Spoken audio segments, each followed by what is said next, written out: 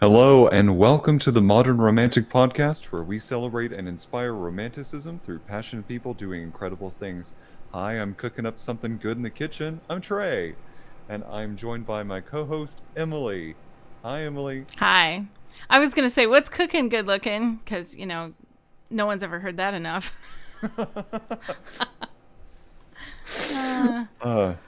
We are hopeless. We're terrible. We got great puns, and we also have a fantastic guest. Yeah. Emily, would you introduce our phenomenal guest today? I will. I shall.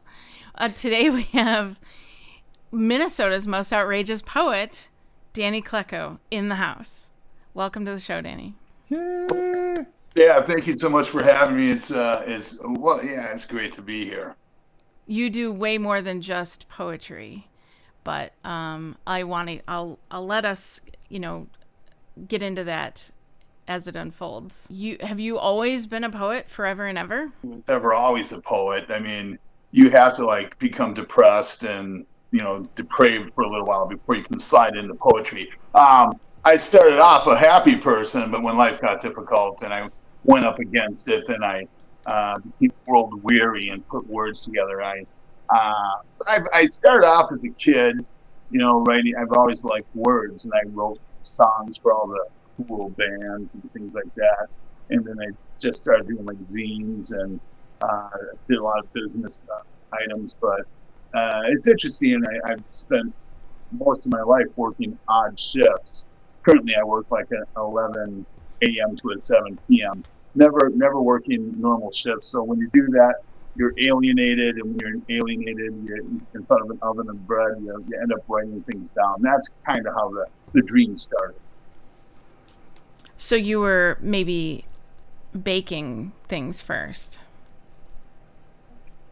I've done everything I do. When I was in first grade, Mrs. McDermott taught us in art class, take all the things you love and put them on one canvas. So me, I would always write while I was baking, and all the things, cooking recipes, stuff like that.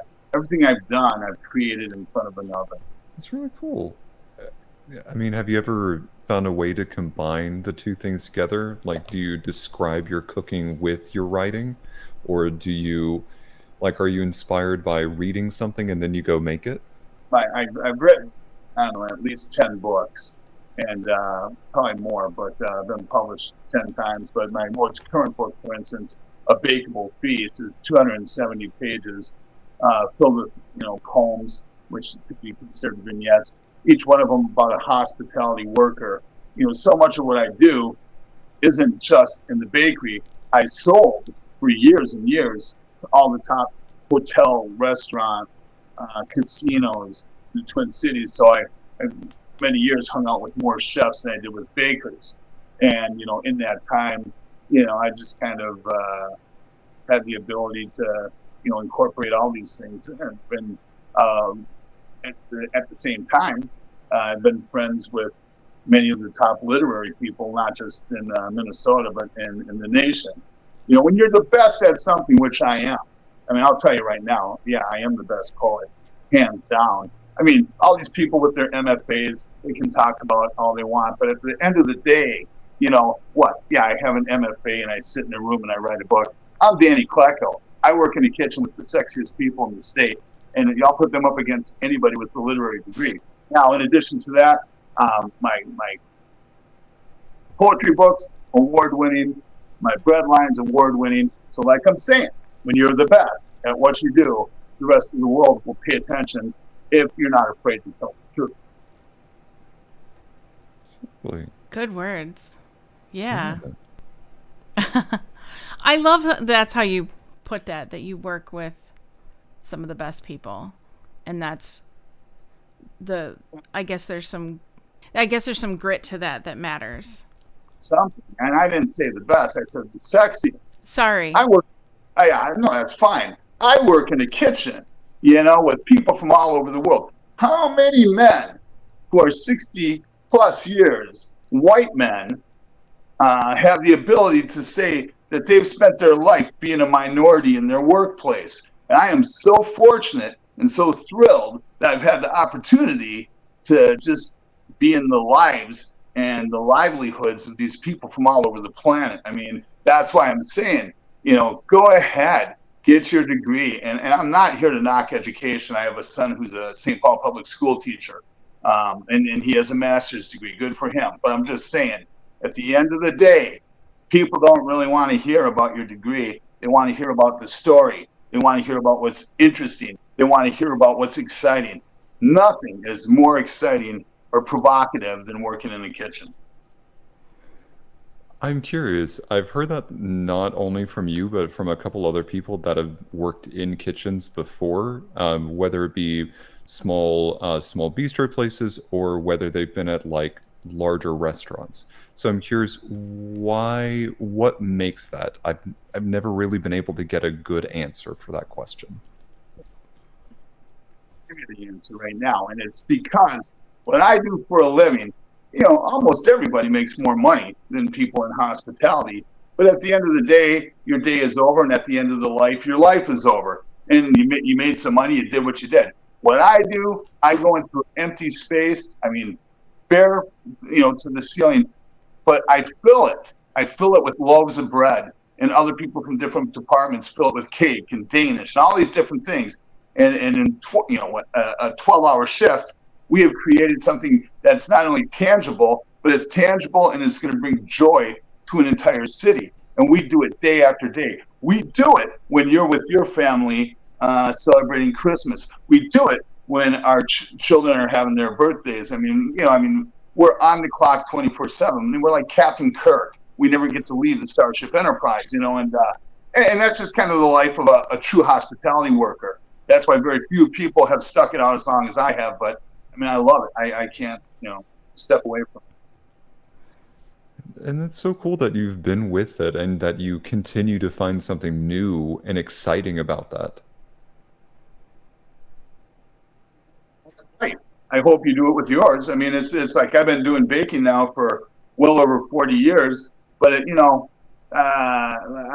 every decade I reevaluate. I try to work out a lot, try to stay in good shape, all that kind of stuff. But I will say, one of the things that's super important, a lot of times when people hit 60, they kind of think, well, they've done what they need to do and now they're going to coast it out. I'm going to be better at 65 than I was at 35. I guarantee it, because I have a little bit more money. I have resources. I have connections. So the key is, to always try to raise the bar. But, the thing it took me until my 50s to understand is I used to think happiness would jump into your lap. Either it was there or it wasn't. And happiness doesn't do that. Happiness forces you to chase it. And most people don't take the time to figure out what makes them happy. I decided, trust me, I've had opportunities to double my income, and I've stepped away from it just because, look at Bourdain. Anthony Bourdain's a perfect example. Everybody loved him. He thought it was great. But what happened? He walked away from his crew, and within a few years, he was dead. And I loved Anthony Bourdain, but I'll tell you, when you are who you are, and he was a chef, when he walked away from his crew, that was the beginning of the trouble. And, he wasn't satisfied. He was sad. The depression got worse. Crews keep you on track. Crews keep you, in many instances alive. So a lot of mental health issues that go on in the hospitality industry. And a lot of us people come from broken families, divorce, all kinds of situations. So you have to take the time to consider some of these things. I remember being in certain spaces in some hospitality things, and the people that were there around me were really like my found family. So, and I don't use the term family lightly. There were definitely some struggle days, but yeah, like I can see what you're saying, that they are the people that become your support system, and they're really the people that you lean on when you're having a rough day. Absolutely. That's how I felt when you and I used to work together, Trey. You know, in a real job, not this. Yes. I feel that way now too, but differently then. Yeah, I can relate to that. Would you say, Emily, that Trey is your family then? Yeah. Okay, that's good. Oh, yay. Nice and happy. So I can walk up and like jab him in the ribs every now and then. As family does. So like in the space of working with the sexiest crew, working with an award-winning breadline, having been such an incredible poet, and doing things better than you were at 35, I'm curious, what sorts of things do you do now, that you didn't do at 35, that you wish that you had started doing? Things that I wish I'm doing now when you're 35, because you don't have the chops to do it. But I'll tell you, and what am I doing now? I'm really good at communication. I'm horrible at intimacy. Ask anyone, like if you're dealing with love and stuff like that, I'm not as successful. However, on stuff like this, I'm really good. So I'm friends with journalists. I'm with people from the New York Times, the Washington Post, the Chicago Tribune. I've had opportunities to cultivate these relationships with these people, where we're able to, just talk about things and simultaneously work on different things. I got published last year in the Times, 5 different times. I mean, and for me to think about doing that when I was 35 years old would have been unheard of. No one else got published 5 different, or I don't even know if anyone got published more than twice. But I'm just saying, part of it, Danny Klecko is the hardest working man in show business. So in addition to, going to work 6 days a week, he's constantly thinking of different things, different programs. I do a lot with the city of St. Paul Public Library. I do F. Scott Fitzgerald short story program, and I give that to the city, and we do that. So I live kitty corner on Summit Avenue, kitty corner from where Fitzgerald lived, where he wrote his first novel. So I'm right in the main stretch of Fitzgerald Avenue, and I've in the last few years traveled all across the nation. I've toured books everywhere from the Watergate to the Fitzgerald Museum in Montgomery, Alabama. But a lot of it's just meeting different people and having a good time, and nothing longer than 24, 48 hours, and then you're back baking bread. So, and I love that you said that it's not necessarily something that you wish that you had done. It's the course of doing all the things from 35 up until now that have allowed you to do these things. Everybody has a different trade-off. I grew up a young man without a father. I didn't have a male presence. I mean, I was the only kid, and was in an era when there wasn't such a thing as divorce. I was the only kid at my elementary school, so that had divorced parents, and so kind of put me at a disadvantage. I was awkward socially, so I mean, everybody has their version or their story of something like this. So for me, I just kind of always tried to figure out my way in. 1976, I was put in the first mandatory home ec class. I was in 7th grade, and they forced us to do it. And all the men in our neighborhood, these men who I was trying to get, were saying, "Oh, Danny, you got to make sure you don't like home ec, because if you do," and then they wouldn't use the word queer, but they would use innuendo to teach us that we would be queer if we liked home ec, and that was a bad thing.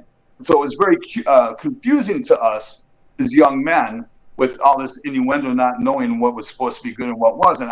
First day of home ec, I sat with 3 girls. We made apple crisp, and I never took shop, voluntarily after that. I was like in the kitchen for the rest of my life. But that's the nice thing about hospitality too.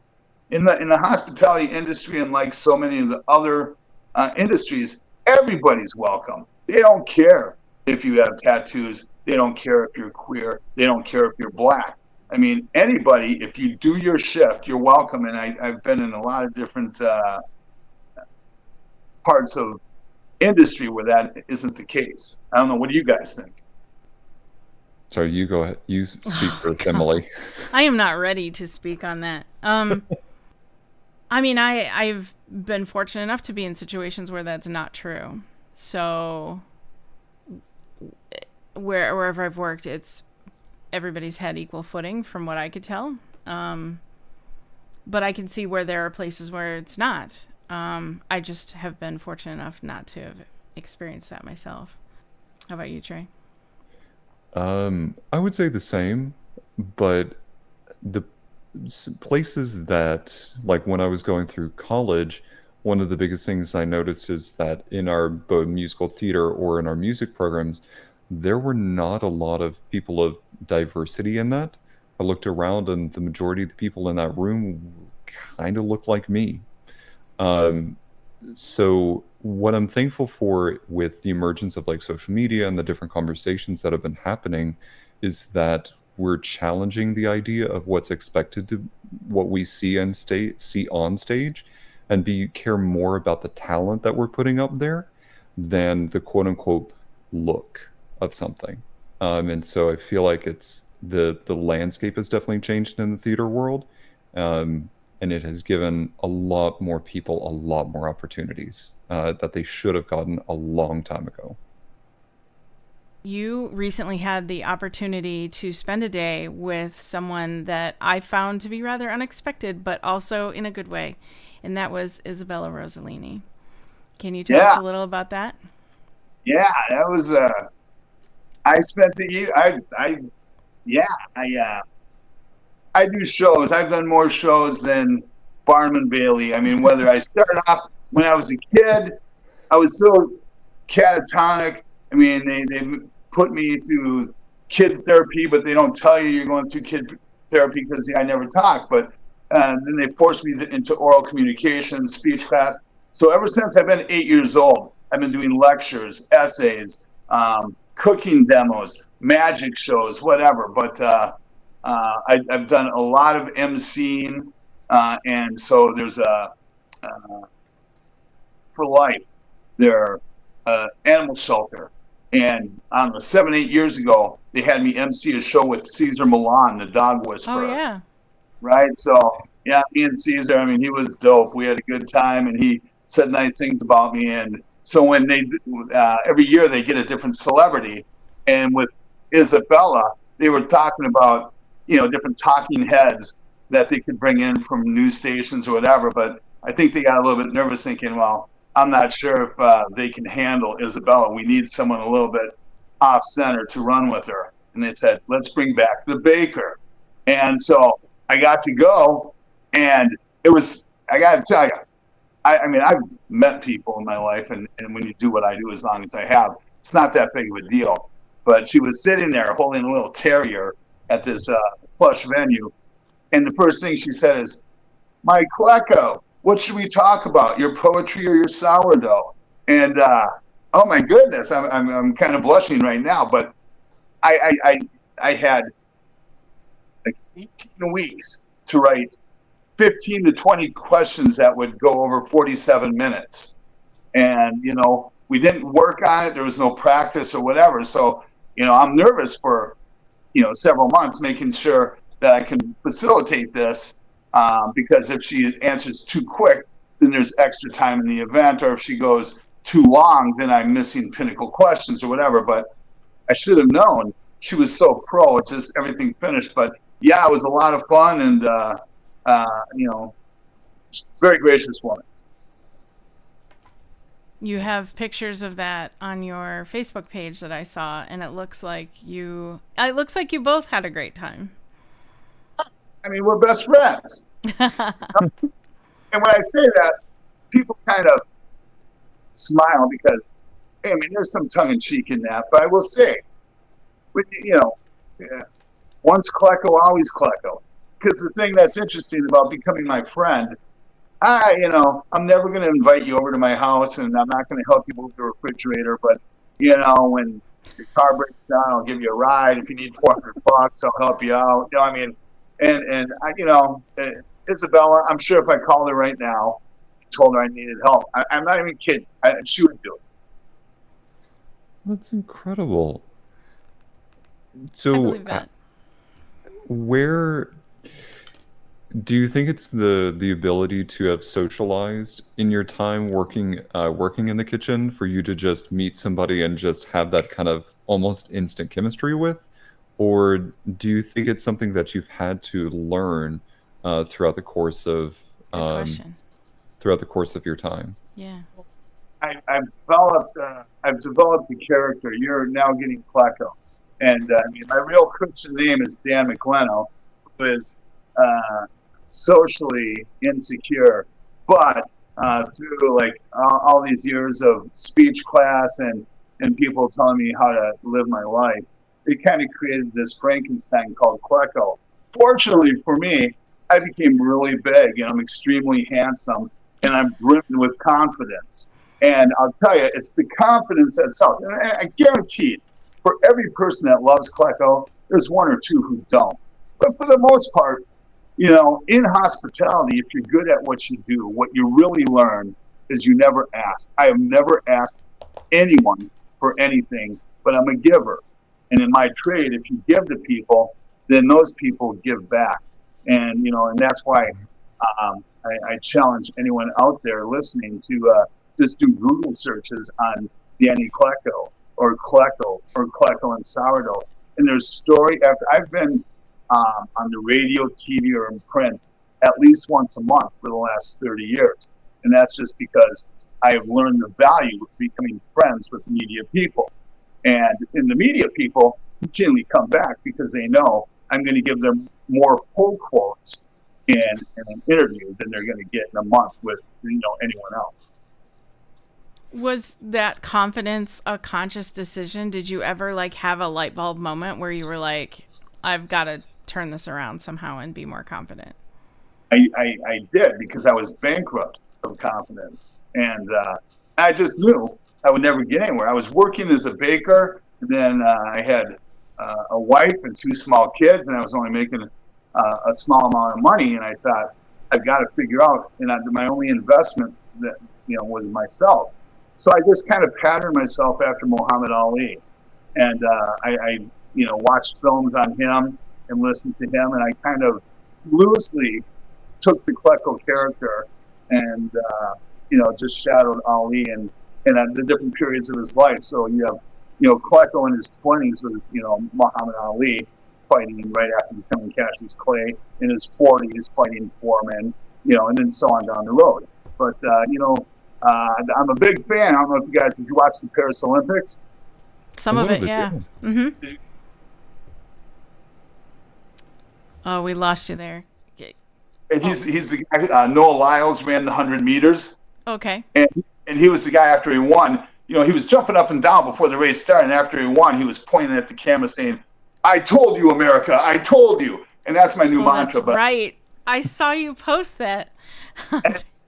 and when my first major, I went on after my bakery of 30 years got shut down by ICE. I wrote a cookbook, or not a cookbook, a poetry book, Hitman Baker, Casket Maker, An American's Clash with ICE. And I went on a crusade against ICE. And I took it from Minnesota all the way out to the East Coast.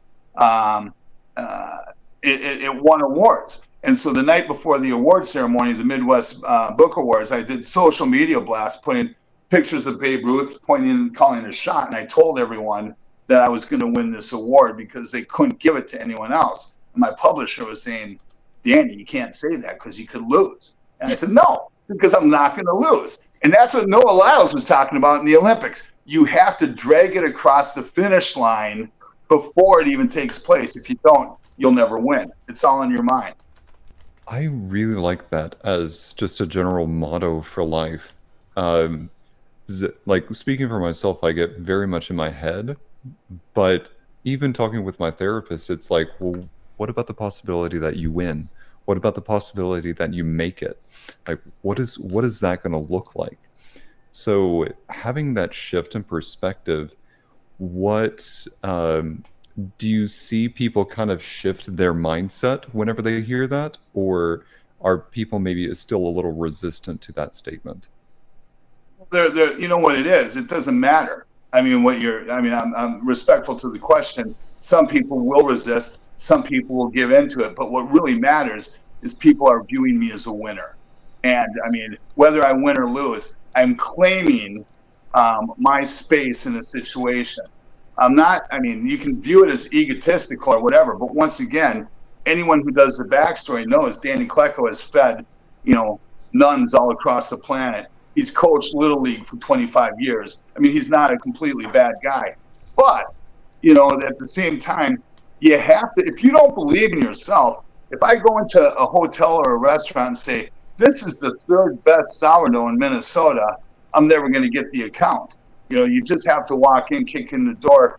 But, you know, I'll tell you, confidence is the sexiest attribute. It doesn't matter. You can be the elephant man. If you have confidence, you can sell it. You'll be bringing home whoever you want from the dance. Trust me.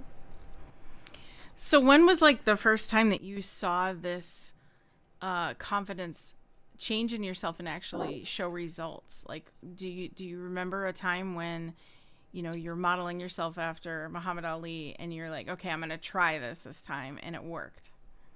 Yeah, it was at I had to do a baking demo for the Minnesota Baking Association, and at the time I was, you know, in my late 20s, and so everybody was in their 50s and 60s.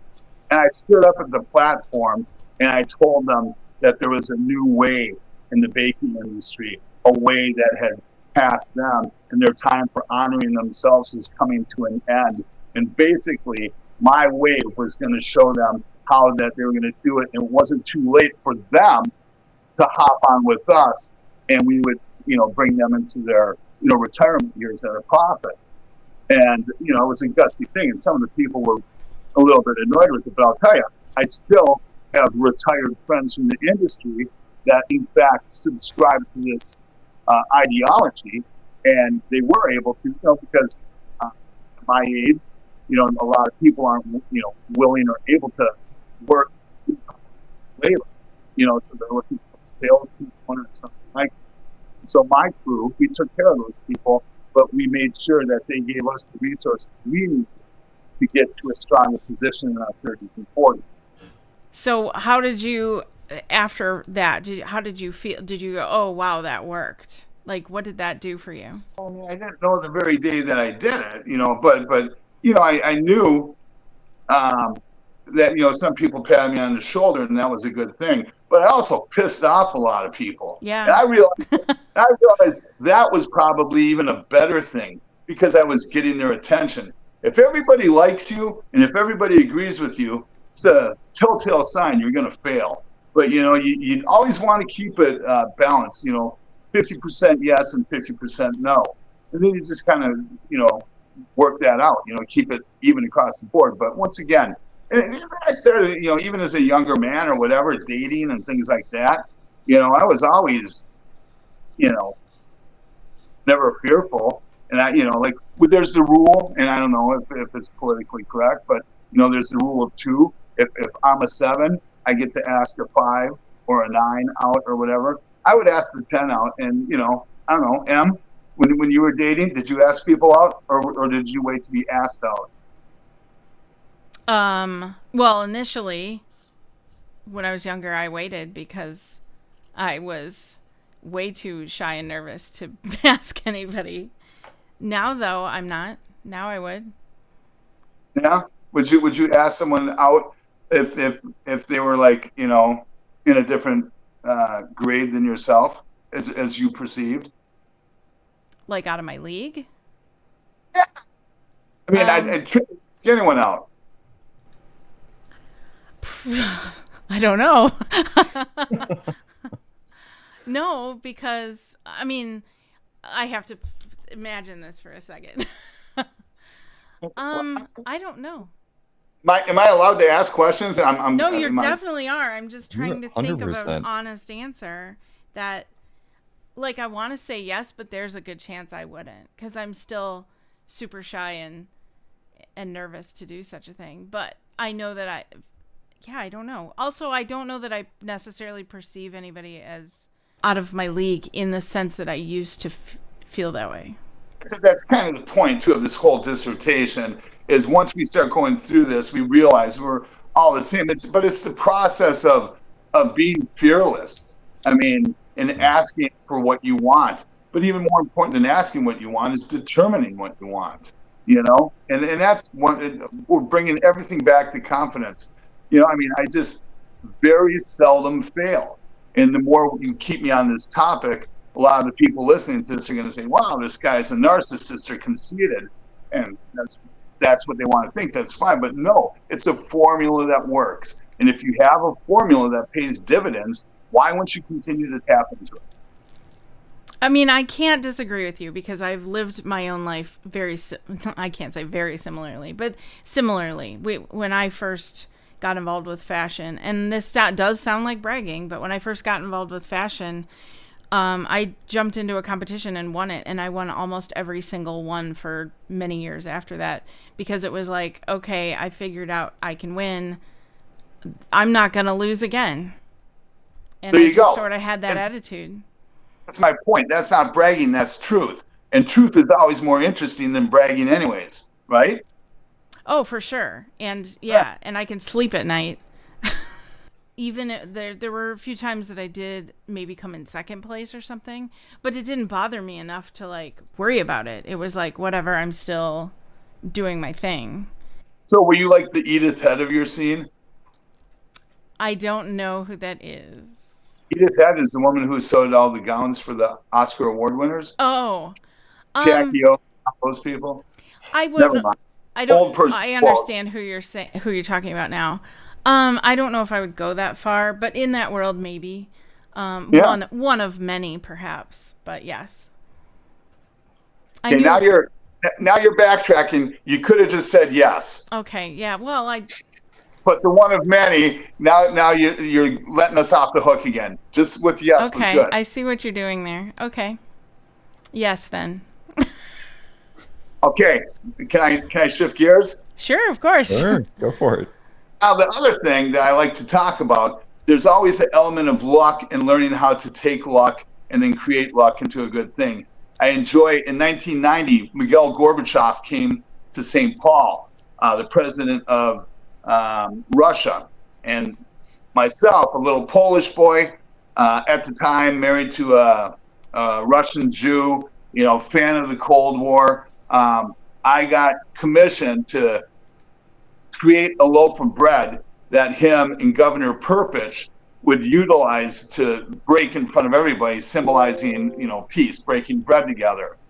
And that was a huge, huge opportunity. 1990, I was 27 years old. And to have that opportunity, it's not like they let me hang out with them or whatever, but everybody in my industry knew that I got the commission, I got to do it. And when I took it, man, I was beating my chest for a year. And since then, I mean, I've toured Russia 3 different times, everywhere from the Asiatic Arctic, the diamond mines of Ihil, Novosibirsk, Siberia, Moscow, Sochi, Glenjek, stuff like that. You got to take an opportunity. No one ever gives you the opportunity. The fish never jump in the boat. If you get an opportunity, it's your it's up to you to exploit it and to find ways to plug it in, and no one does that better than I do. Yeah, the luck is there for you to find it. Yeah, absolutely. Absolutely. Yeah, for sure. I believe that. In fact, the person who taught me that a long time ago was somebody who taught me how to find a 4-leaf clover out in the lawn. And I was like, how do you find 4-leaf clovers? And she was like, oh, they're always there. They're there. You just have to find them. The only reason why you haven't found one yet is because you haven't really looked. And I was like, that doesn't sound true. But it is. It actually is. There are 4-leaf clovers everywhere. It's a simple genetic mutation that happens constantly everywhere in almost every lawn. In every clover patch, there are 4-leaf clovers. You just have to find them. I have searched so long and so hard, and I have never found one. But you can go into the same clover patch and find it within 3 minutes. Because you do develop an eye for it. How dare you? How dare you? But it's true, you do. You develop an eye for the pattern, like you see 3, 3, 3, 3, 3, 4. 4 will stand out. Once you start to recognize, once you find your first one, you'll know exactly what I'm talking about. And also, because the plant will continue the genetic mutation, you will find more 4-leaf clovers on that same plant, typically, or come back later and it'll have produced more. So you can have a 4-leaf clover plant. Yeah, you'd have to dig it up maybe, but to like save it if you wanted to. But so, like, if you're going out and you are making your own luck happen, like, what does that look like for you? You've told us the story of Gorbachev, but what are some other instances where you feel like you have gone out and you have made your luck happen? I just have to decide what I want to do. And once I figure out what I want to do, then I just do it. I became, during the pandemic, super engrossed in Lincoln. And his ghost has been reported more than any ghost in the history of ghosts. And then I did a little research. The interesting thing about Lincoln is he never went further west than Council Bluffs. So during the pandemic, in addition to working, whenever I got a day off, I would drive to different parts of the country. And then I got in, and then I just started this experiment. And I didn't even know I was writing a book, which I ended up doing, called Lincoln Land. But I mean, I talked to, I don't know if you guys are readers of novels, but I got Jonathan Franzen in on it. I've got May Peng, who is John Lennon's mistress. She was in on it. George Saunders, Leif Enger, stuff like that. I would have my publisher contact these different people, telling them something that I connected to them with. Leif Enger, for instance, he lives in Duluth, and he's a huge kite flyer, which I do as well. So our publishers worked it out where we got to meet up in Superior and fly kites together, whatever. But, when I come up with a project, it's usually a conceptual piece, and I find slots for people who will inevitably become clickbait, for whatever I'm trying to accomplish. do people ever ask you to do impromptu poetry? Not that I'm asking. I'm just wondering. Like, there's a difference. I got nothing against any different form. Like, the slam kids are great. They do what they do. But I'm from the old school. I'm from the old guard. I myself personally, I don't like holding the phone. There's no intimacy in the phone. I carry a clipboard. But I think so much of it is, in a presentation. I just don't memorize them. I have way too much work. And the time it would take me to memorize it, I'd rather be working on new stuff, But if you wanted to, see an impromptu magic trick sometime, I'd probably be more likely to do that. I was just curious. It feels like some of your work that I've seen you put on like Facebook and stuff, can come up with it kind of spur of the moment, or at least it feels that way. So I was just curious. You're right, but, and that's the interesting thing. That's what's so confusing about the Klecko character. Nobody knows what if I look through social media, if what I just wrote was a poem or if it was a message or a letter. Everything just assumes things are a poem. And when I write messages to my friends, to my family, media members, I don't use punctuation typically. I just formalize it as a poem and I put it out. So, that's just not trying to be difficult. It's just how I've been since a kid. Robert Bly never used punctuation, and he was my hero, still is. I was curious if you had a name for your style or if you called it something. I think the biggest thing, what people, especially in the arts, but, it can just be in life in general. I was really good when I was in my 40s, but when I was 50, I became unstoppable. Why? Not because I got better, but because I found my voice. I don't know. Maybe someone is more in tune or more self-actualized at an earlier age than I was. But I'm a firm believer My first bread master told me when I was like 20 years old what I wanted to do with my career. And I said, well, I want to bake breads and, travel and meet famous people. And he said, why don't you just shut up and stay here for 25 years and work really hard, and then the famous people will come to you. And I never forgot that. And I think a lot of it can be said, with these different things that we try to achieve in our life. We're really trying to find our voice. With your podcast, I know you've got 104 episodes. Wait till you have 500 episodes. I mean, you'll be able to do it without even thinking. Yeah, probably. Yeah. Right? Well, I hope not, though, because I don't want to be so on autopilot at that point. But yeah, I understand what you're saying. When you're on autopilot, it just means that you understand what every tool in the box has the capability of doing. And you can't learn that until you've had decades of experience with things, typically, is all I'm saying. Yeah, okay. I understand. Yeah, I don't want to just like phone it in. I want to do a great job, but I understand what you're saying, for sure. So with this idea of like people finding their voice, for you, when you listen to other people talk, how do you determine that someone has found their voice versus someone who is still discovering what their voice is? Yeah. I can usually tell if a person's found their voice with the comfort of their delivery, and if they look natural, and if they're having a good time.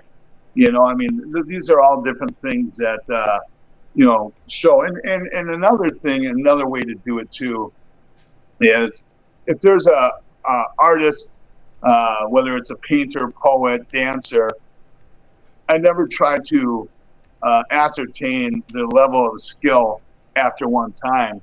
If they hold my intrigue, I want to see them a dozen times, and then kind of figure out what I like. I mean, obviously, we don't have time to do that for everybody, but I mean, if I really like something, I want to, experience more and more. Yeah, like that idea of, okay, I've seen a little shimmer, I want to come back and I want to see that again, and it's that appeal back to somebody.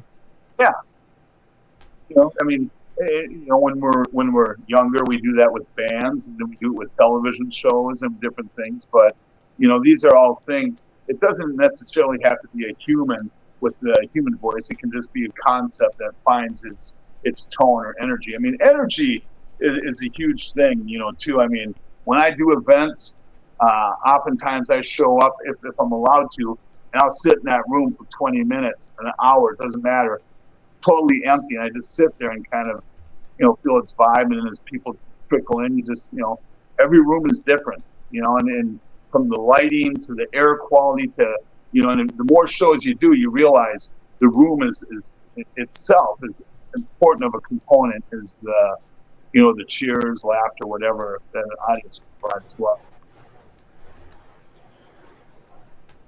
I had a training manager once when I was facilitating for like new hire groups who said, show up to the space at least an hour ahead of time and just get comfortable. Make sure that you move throughout the space. That space before anyone else enters the room so that you can command that space like you've done it 100 times or even 1,000 times. Great command. Because the one thing, come watch Danny Klecko do a set. The second he gets on that stage, I mean, it's his stage, period. And that is another way of, understanding that someone is going to be successful. And I get it, like comedians have to deal with hecklers and things like that, but there's still an element of being able to command your environment. So, Robin Williams was so good at that. I mean, he would come in the second he took that room, or Lenny Bruce, for instance. I mean, they would just own it the second they were in there. So, yeah, energy is a big thing, too. So being authentic with your voice and having that command of a room, that's really powerful. Thank you. Is there anyone you watch or look at now to still learn and grow for your own performances and things? I was for many years a huge fan of Bono, because Bono, I mean, I adored him and I hated him because He irritated me, but he was so wonderful. He knew how to make connection to an audience, not just physically, but he himself was instrumental in the development of the stadiums that he played. He was the guy who put the arc that went halfway into the audience, so the people at the very back of the audience were now only half as way, from the stage. So he was always thinking about that connection, and I thought that was brilliant. But at the same time, I look towards the younger people now and see what they're doing, because whether the Stones or Springsteen, they're phoning it in because they're going to get paid either way. But I'm trying to look at the next generation and what they're doing. I mean, obviously Taylor's a freak. I mean, everything she does is gold. But I mean, there's no one who works harder than she does. And creating her culture. And I mean, I don't have to be a woman in her 30s to take those same energies that she has and plug them into the poetry world. I mean, poetry world, it's like shooting fish in a barrel because there's really no one to compete against. Mm-hmm. I'm curious for whenever you are seeing these different things go on, you've mentioned a couple of people of like phoning it in. It makes me think of the word authenticity. When people are phoning it in, how do you communicate that to a person? Say they're asking you for feedback. How do you tell somebody that it felt like they were phoning it in? Just be upfront with them like that, or what does that conversation sound like? Yeah, I mean, it's just exactly what you said. I mean, I'll just tell them I didn't like your set. I've seen you before. You were better. And you've lost some steam. And in my world, in the world of poetry, I mean, there's really only two things you need to do. You need to be very observant, and you need to love people. That's it. And if you're observant and you love people, everything else is going to come together. You can learn the parlor tricks about how to command or whatever. But if you're not loving people, nobody cares. And nobody wants to hear my vitriol. Nobody wants to hear my anger. What people really want is connection. They want love. I mean, in today's world of all places, it's so huge. And once again, that ties in so much to what I do as a living with hospitality. A lot of times, there were periods where I had Tuesdays off for a long time, and I would bake bread and make borscht, and I'd bring it to like single mothers and with their children. I'd feed them and stuff like that. And you make these connections. Now, the people that you're talking about who are pulling these messages, they know it. Because you don't get to be popular without being good, typically. And people can tell when they're slipping, but the payoff, unfortunately, not just in entertainment, even in my industry, I made a lot more money working a lot less hard. It's once again, are you? I'm sorry you cut out and we didn't hear anything after working a lot less hard. Okay, well, I'm just saying the whole thing is you got to be happy, when you're doing this stuff, and so I've been able to work less hard and make more money, and there's nothing wrong with that, but hopefully I don't need someone to tell me that I'm not fulfilling my happiness. I make switches and I go in different directions, and so like right now. I mean, I'm back for the first time in a long time. I'm baking. I'm standing in front of the ovens. I'm doing very little corporate things. And I've never been happier. I'm so excited to hear you say that. There are many people that just kind of just get used to the sameness of that and get to that point of just phoning it in. So I'm so happy that you have found that joy and continue to find that. Thank you. Yeah, I for a long time, they gave me the Monday through Friday 9 to 5 thing and paid me double what I make now. But now I'm working like horrible hours, and I'm dating a woman who works PM shift. And I mean, so we're the poster child of hospitality. But if that's what you grew up in doing and that's what you like, I mean, once again, you should plug into what you like to do. I would agree. When you find something that you like, you are going to give more of your time and more of your energy to that, and it's going to make you more of an authentic person.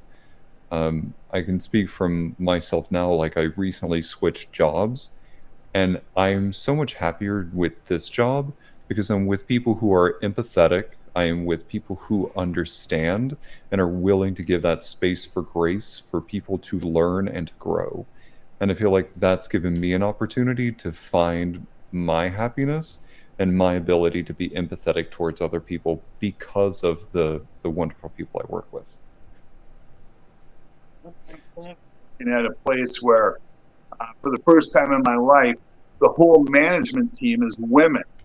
And I mean, in a bakery production, I mean, that's unheard of. This is radical. And it's so wonderful. I mean, I get to go to work and people are nice and people are calm. You know, it's just a whole different energy. And I'm not saying that there aren't kind men or mean women. I'm just saying in this particular instance, it's a lot of encouragement that we're getting. And for me, I haven't got that over the years. I've been in a position where I've been able to provide it, but you know, hospitality can be a pretty tough industry. Is your industry tough? It has elements, yes. I believe that.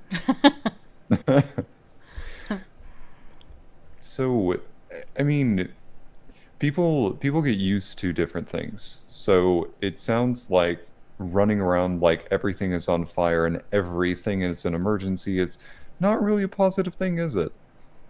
It makes nothing an emergency.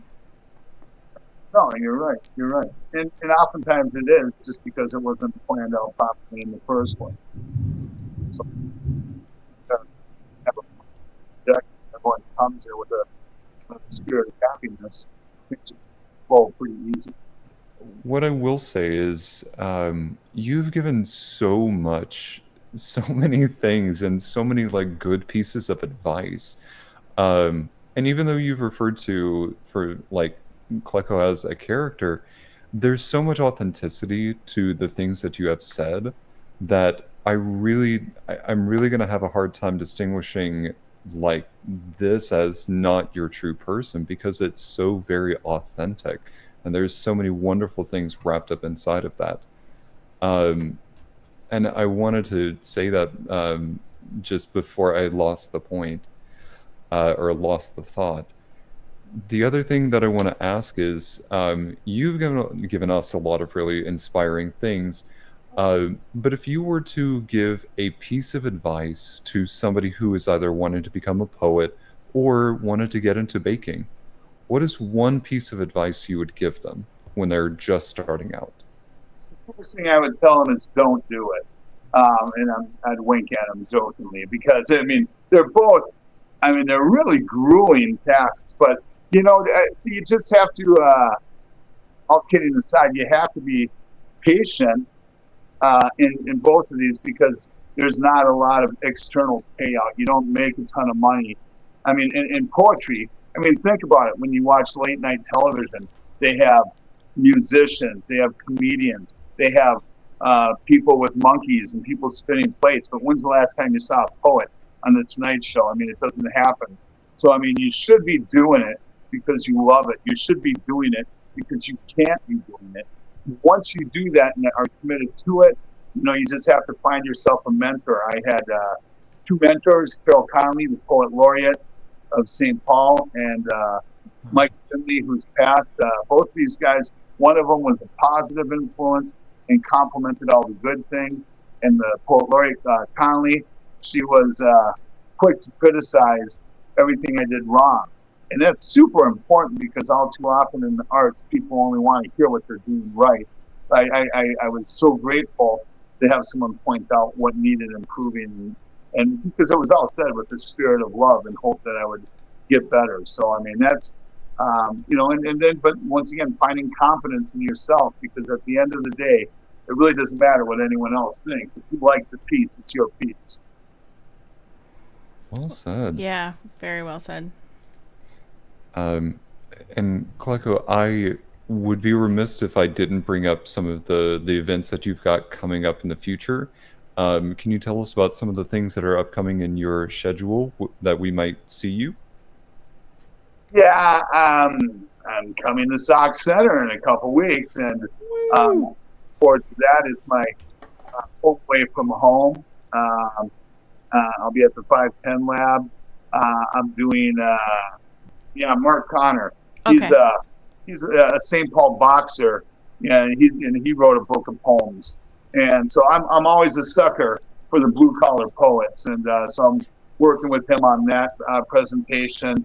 Then once again in October I go back into Fitzgerald mode, doing the short stories, and I'm not even sure they've been rotating the libraries, on it right there. So I mean, those are the next three big ones. And then on the third Saturday of every month, I'm always at the Black Forest Inn that has a show called Cheap Theater, and it's probably pound for pound the best literary show in the Twin Cities. It's comedians, essayists, people like that. These are old school hardcore. I mean, these are people with talent. It's fun because there's usually 5 or 6 presenters, and if you know that you're going to nail your set, you can still come home in 5th place because everyone there has the ability to just knock you on your butt if you're not on your game. So that's some of the stuff coming up, and for anyone who's interested, they can contact Danny Klecko on his Facebook page, and you can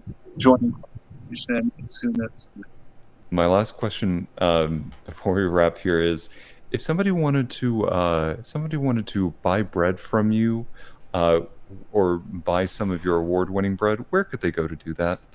I started a new gig in the last couple weeks, so I'm making their bread. But the award-winning bread, there's a book called Baking with the St. Paul Bread Club by Kim Odie, a former columnist from the Star Tribune. She built a 3,000-pound oven in her backyard. She wrote a book where she featured all the people in my bread club that I ran for 10 years, where I invited the whole Twin Cities into my bakery for free. But I have every blue ribbon state fair winner in that book, and all those recipes are immaculate. And once again, if you're serious, if you have bread questions, you can contact Klecko. Every day I'm answering bread formulas, questions like that on direct message and stuff like that. If you want to talk baking, that's fine. I don't want to, it's good. That's incredible. We have a few things of bread that we're trying to make right now, so please imagine a question coming from me in the near future. Okay. No, I was just curious what kind of bread you're making. We've got a couple different starters, so I don't remember which one we're trying to do first. I'll have to go back and look through them. But Sourdough? not sourdough. I'm actually not a fan of sourdough. Okay. Sorry, go ahead. I gotta get you over that, because sourdough is the greatest bread on the earth, and I can demystify it and make it super easy for you. But you let me know, and we'll plug it in. Absolutely. Well, Klecko, I want to say this last hour with you has been really incredible. You have given a lot of advice on being authentic. You've given a lot of advice on being confident and finding your own luck. And then also staying true to who you are as a person, amid all the feedback that you get. So truthfully, you have given a lot of really, really solid advice. So thank you so much. Well, yeah, thanks so much for having me. I had the time of my life, and so everyone out there, I hope you continue to support the podcast, and look me up when you're in Sock Center or St. Paul. Will do. Yeah. And that's going to be on September 14th? Yeah, September 14th at the 510 Art Lab in Sock Center. Perfect. Thanks, everybody, and go bake some bread. Bye, everybody. Bye.